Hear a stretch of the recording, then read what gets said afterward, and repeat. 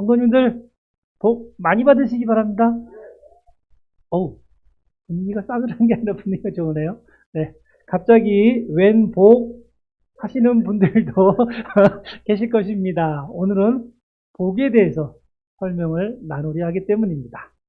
자, 신앙을 떠나서 복에 대하여 정의를 먼저 내보자면 우선 동양인들에게 있어서 복이란 운명론적인 측면에서 봐야 이해할 것 같습니다.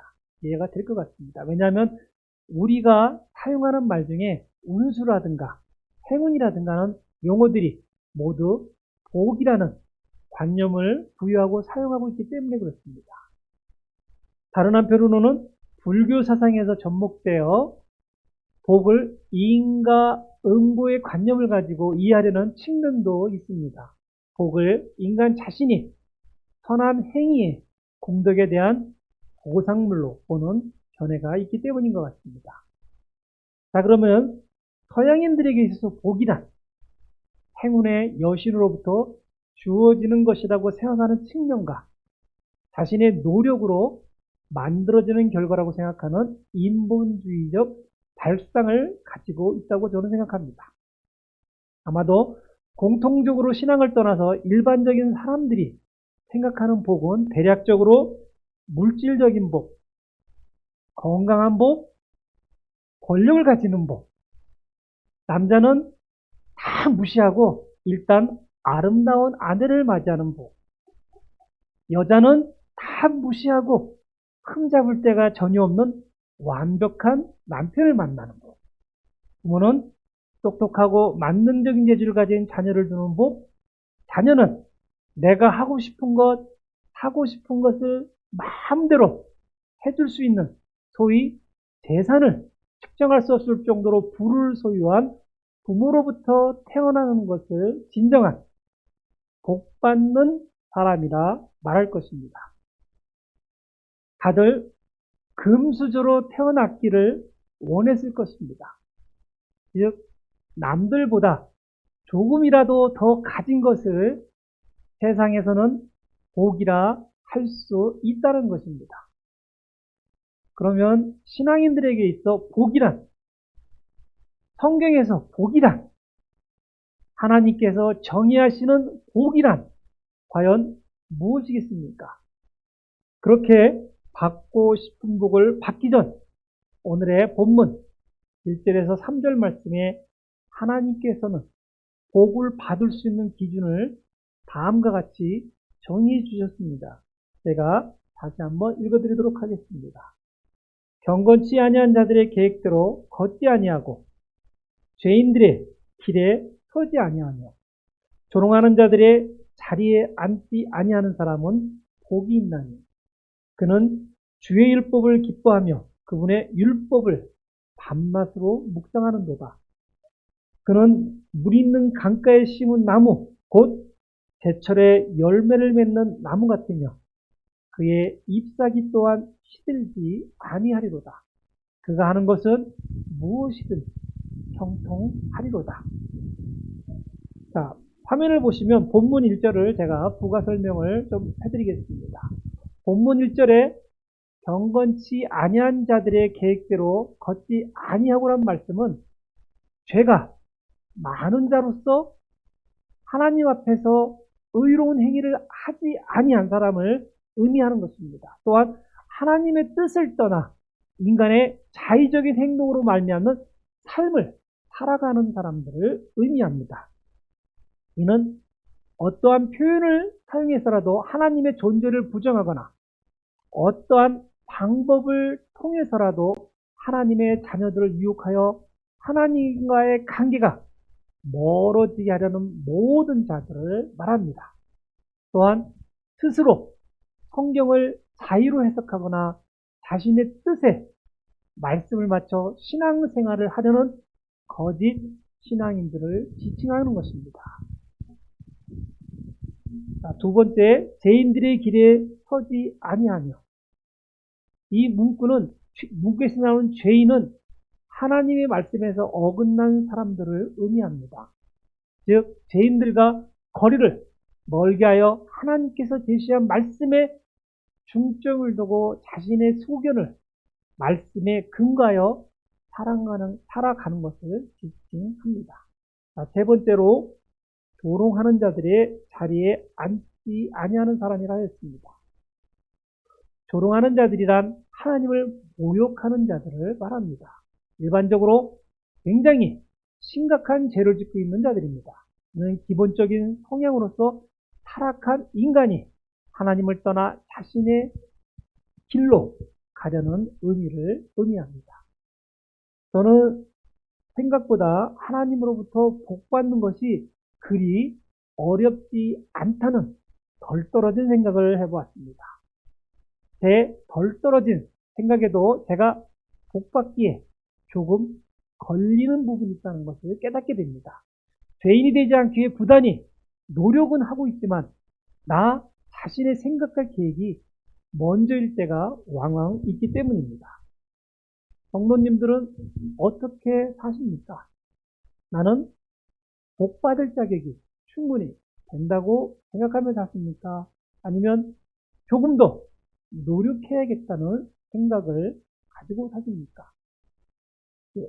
복을 문자로 해석하면 똑바로 가다라는 뜻밖에 전혀 다른 의미가 있습니다. 복 있는 사람이란 하나님을 향하여 똑바로 걷는 사람, 똑바른 인생을 사는 사람 중 여러 가지 의미가 있습니다. 똑바로 걸어가려는 사람, 걸어가려는 나쁜 이야기는 피해가고 나쁜 사람들과 동행하지 않아야 하고 말을 함부로 하는 사람들과도 거리를 두어야만 하나님을 향해서 똑바로 간다는 것입니다. 마치 복이란 한 글자가 본문 1절 전체를 대변해 주는 것 같습니다. 제가 잠시 부정적 예화를 나누도록 하겠습니다. 제가 신앙생활을 오래 하신 분들로부터 이런 말씀들을 하는 것을 들은 적들이 있습니다. 과연 그분들의 말씀이나 행동이 하나님을 향해 똑바로 가고 있는지, 멀리 돌아가고 있는지 판단은 하지 마시고 단지 들어주시기만 하시기 바랍니다. 판단하지 마십시오. 자, 어느 분의 이야기입니다.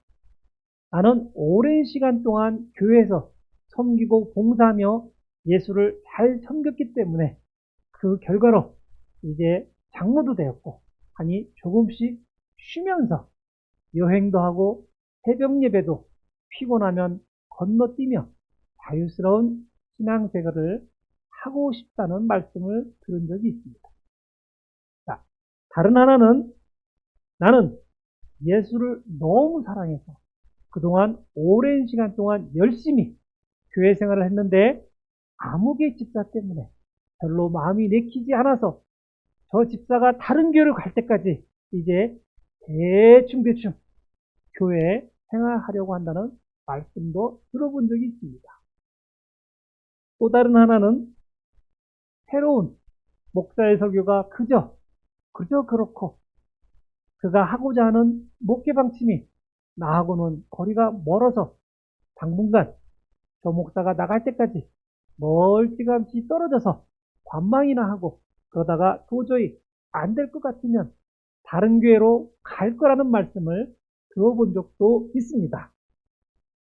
자, 지금 제가 말씀드린 예제는 실제로 있었던 어느 신앙인들의 말씀이셨습니다. 제가 상당히 그럴싸하게 지금 사실만을 전해드렸습니다. 어찌 들으면 그분들은 하나님에게로 똑바로 가는 길에서 벗어난 것처럼 들리기도 합니다. 왠지 아십니까? 제가 앞과 뒤의 상황을 빼고 함축적인 말만 하였기에 그분들의 말씀이 다 잘못되었다 생각이 드시는 것입니다. 물론 신앙생활에서 벗어나는 것은 무조건 잘못된 길을 가고 있는 것이라 전제하고 말씀드리는 것입니다. 하지만 그분들은 지금도 계속해서 신앙생활을 잘 이어나가고 계십니다. 앞과 뒤를 자른 다른 사람의 이야기를 들었을 때 누구나 말하는 사람의 말을 쉽게 사실적 입장에서 듣게 됩니다. 왜냐하면 사람은 자신의 입장에서 말을 전하기 때문입니다.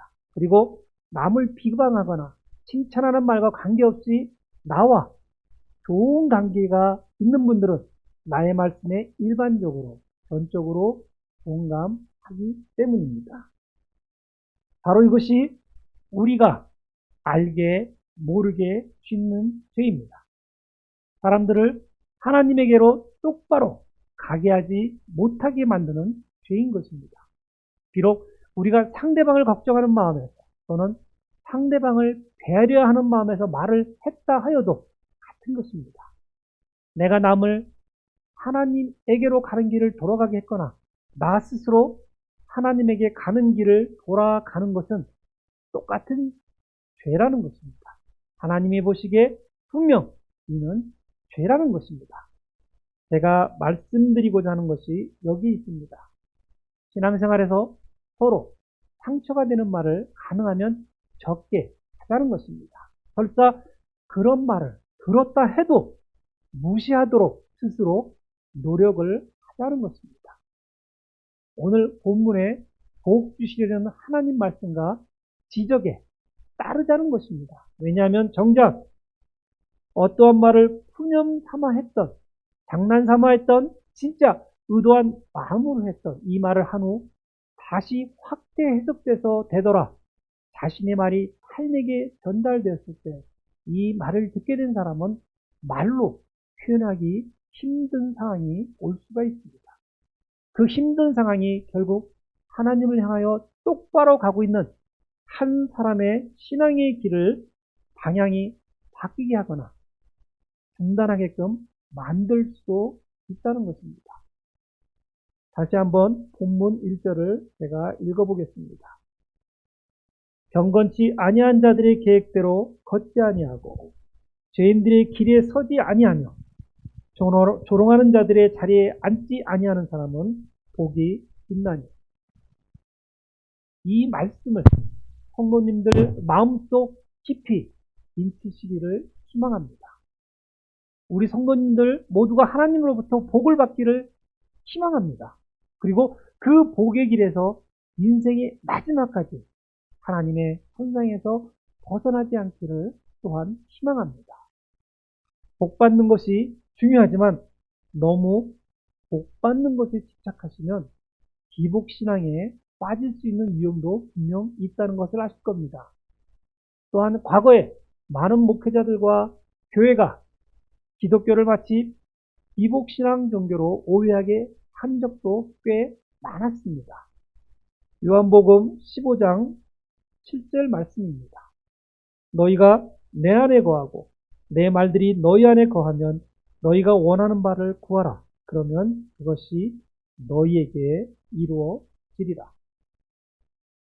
무작정 이 말씀만 붙잡고 응답받겠다고 기도원에 올라가 늦은 밤에 나무 몇 뿌리를 뽑을 정도로 기도하셨던 분들도 꽤 있었습니다. 왜냐하면 말씀 앞에서 뜻 이해를 못하고 또 말씀 끝에서 이해하는 것이 아니라 내가 필요한 후반부인 너희가 원하는 바를 구하라. 그러면 그것이 너희에게 이루어지리라는 말씀만 보았다는 것입니다. 앞에서 드린 예제와 같은 맥락입니다. 내가 보고 싶은 것만 보았고 말하고 싶은 것만 말하고 이해하고 싶은 대로만 이해하고자 한다는 것입니다.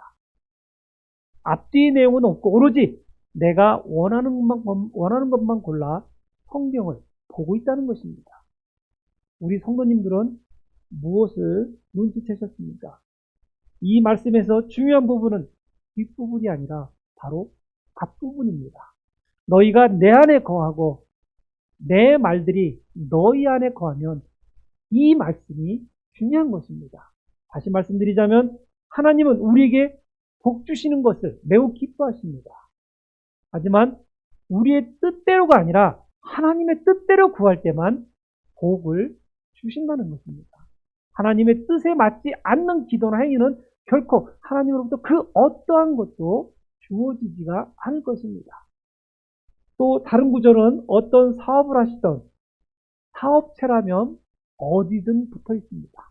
심지어 교회를 출석하지 않는 분들도 교회를 다니는 친구에게 교육 선물로 받았던 어찌됐던 가장 잘 보이는 벽에 떡하니 붙어 있습니다. 바로 욥기 8장 7절 말씀입니다. 내 시작은 미약하였으나 내 나중은 심히 상대하리라. 멋있죠? 멋있는 말씀입니다. 이 말씀만 읽으면 작게라도 사업을 시작해서 지금은 미약하지만 언젠가는 사업의 성공에 큰 부를 이루리라는 희망을 가지고 벽에 떡하니 걸어 놓으셨을 것입니다. 이것 또한 기복 신앙에서 온 사례이기도 합니다. 혹 우리 성도님들 사업장에도 이 내용에 어떠한 형태로든 벽에 걸려 있다면 다시 한번 심사숙고하시고 걸어 놓으시기를 바랍니다. 이 내용은 사업의 번영을 위한 말씀이 전혀 아닙니다. 이 내용은 한참 잘 나가던 욥이 갑자기 사단의 시험을 받아 자신이 가지고 있던 모든 재산, 심지어 10자녀의 목숨까지 잃어버리고 아내로부터 하나님을 욕하고 죽으라는 저주도 듣게 됩니다. 그래도 욥은 우리가 하나님께 복을 받았은즉 즉 재앙도 받지 않겠느냐며 하나님께 말로써도 범죄치 아니합니다. 그럼에도 앞에서 말씀드렸지만 아무리 선한 의도 말을 할 때도 주의를 기울여야 한다는 것입니다. 욥의 친구 세 명이서 욥을 위해 위로 차왔지만 그들의 말에는 모두 책망의 말들로 가득 차 있었습니다. 그중 빌닷이라는 친구는 욥, 당신이 지금 겪고 있는 고난은 당신의 자녀들의 범죄 때문에 일어났으므로 하나님께 회개하라는 것입니다. 그러면 영적 문제가 해결되고 머지않아 물질적 은택이 올 것이라고 지금 주장합니다. 물론 여기서 빌닷의 주장에는 어느 정도 일리가 있습니다. 하지만 욥의 문제는 자녀들의 잘못된 신앙으로 인해 욥에게 발생한 게 아니라는 것입니다. 욥의 고난이 왜 왔는지 모르는 빌닷은 하나님의 말씀을 욥을 위로하는 것이 아니라 자신의 경험으로 욥을 위로하고 있는 것입니다. 회개하고 하나님을 잘 섬기면 처음에는 보잘것없는 아주 작은 복이 시작돼요. 후에 크게 복받을 것이라는 대충 이러한 내용을 욥에게 지금 강요하고 있는 것입니다. 어찌 보면 크게 잘못된 것도 없는 것 같기도 합니다. 우리는 빌닷을 포함하여 영적인 문구를 우리의 물질적 축복에 많이 사용하고 있습니다. 그리고 빌닷이 말한 내 시작은 미약하였으나 내 나중은 힘이 상다리다가 마치 하나님 말씀인 양 사용하고 있다는 것입니다. 분명 하나님 말씀이 아니라 욥의 친구인 빌닷의 말입니다. 성경에는 하나님의 말씀도 있지만 인간의 말들도 포함되어 있다는 것을 잊어버리지 마시기 바랍니다. 이것이 우리 스스로 죄에 빠지게 하는 것입니다. 그만큼 하나님 말씀에 중심을 두지 않으면 마치 듣기 좋은 모든 말이 하나님으로부터 온 것처럼 목회자는 물론 신앙을 대물림 받았다는 신앙의 뼈대가 굵은 장로님들조차 혼돈하게 만든다는 것입니다. 현대를 살아가는 우리가 무슨 잘못을 하고 있다는 것입니까? 첫 번째는 돈을 벌려 하나님을 이용하고 있다는 것입니다.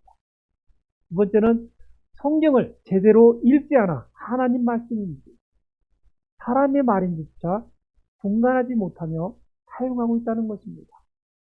셋째는 우상을 만들지 말라는 하나님의 말씀과는 대조적으로 말씀의 우상을 만들어 벽에 걸어놓고 마치 나는 거룩한 신앙이나 행사하고 있다는 것입니다.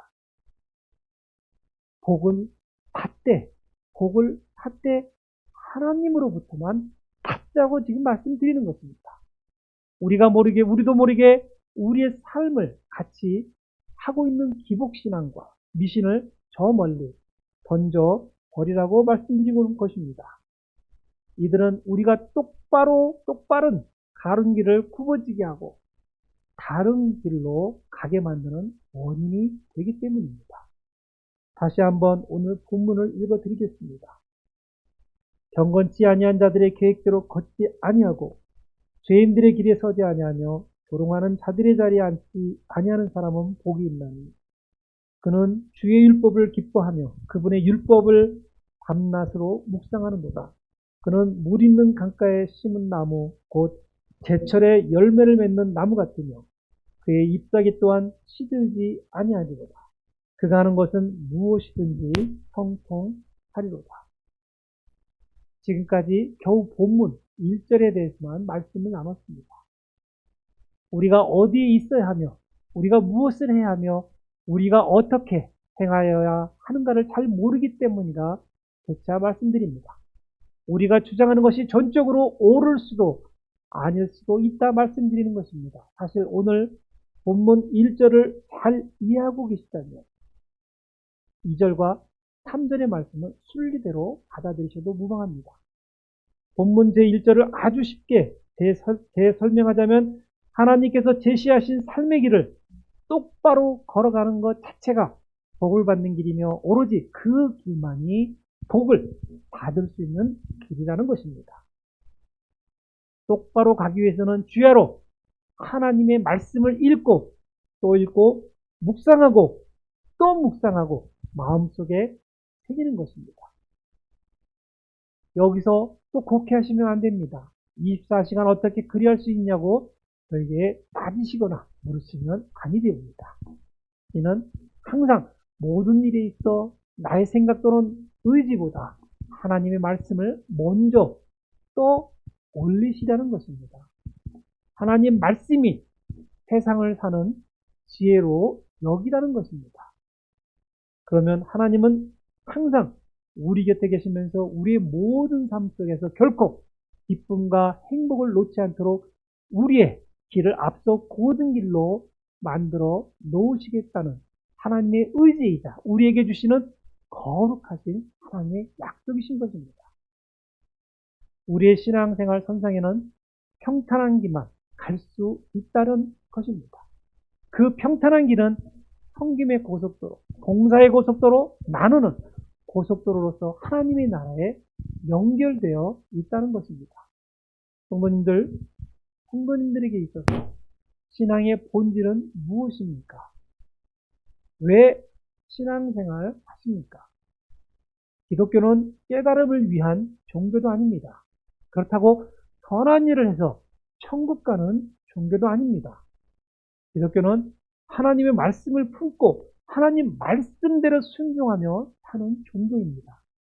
인간 모두가 평등하며 서로 자기 것을 부족한 자에게 나누며 세상의 어둠 속에서 빛과 소금의 역할을 통하여 모두가 하나님의 자녀로서 삶을 영위하면서 예수님의 복음을 전하여 구원받은 형제 자매들과 이 세상에서 예비 천국 시민으로 살다가 하나님께서 부르시면 하늘나라로 가는 것을 믿는 종교라는 것입니다.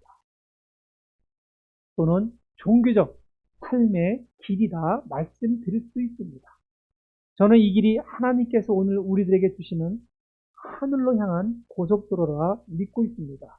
고속도로를 만들 때 많은 손이 필요합니다. 결코 개인 혼자서 만들 수 있는 길이 아닙니다. 그러기 위해 교회가 필요한 것입니다. 그러기 위해 교회, 성도가 필요한 것입니다. 우리 다 같이 하나님께서 향한 고속도로의 길을 만드는 앤더슨 한마음 부족을 성도님들 되시기를 희망합니다. 지금 고속도로에서 자신의 인생 나이에 맞게끔 어느 분은 80마일로, 70마일로, 60마일로, 50마일로, 40마일로 힘껏 신앙의 운전을 하고 계실 것입니다. 하지만 속도 조정은 나이를 떠나서 자신의 마음에 달려있다는 것입니다. 고속도로를 타셨어도 하나님께 향한 거리는 모두 같다는 것입니다. 하지만 인생의 나이에 맞게 하나님께 향한 속도를 조절하지 마시고 신앙의 깊이로 하나님께 향한 속도를 맞춰주시기 바랍니다. 틀림없이 고속도로에서 우리 성도님들은 때로는 휴게소를 만나거나 공사 중이라 잠시 쉬어갈 수도 있지만 목적지를 돌아서 가시지는 마시기를 부탁드립니다. 다시 돌아오기가 결코 쉽지 않기 때문입니다. 신앙의 승리자로서 하나님께서 주시는 복을 마음껏 받으시기를 축원드립니다. 신앙의 승리자로서 하나님께서 주시는 복을 가족들과 교회, 형제, 자매들과 지역사에 마음껏 사용하시기를 주 예수 그리스도의 간절히 축원드려 봅니다. 아멘. 복 많이 받으시기 바랍니다.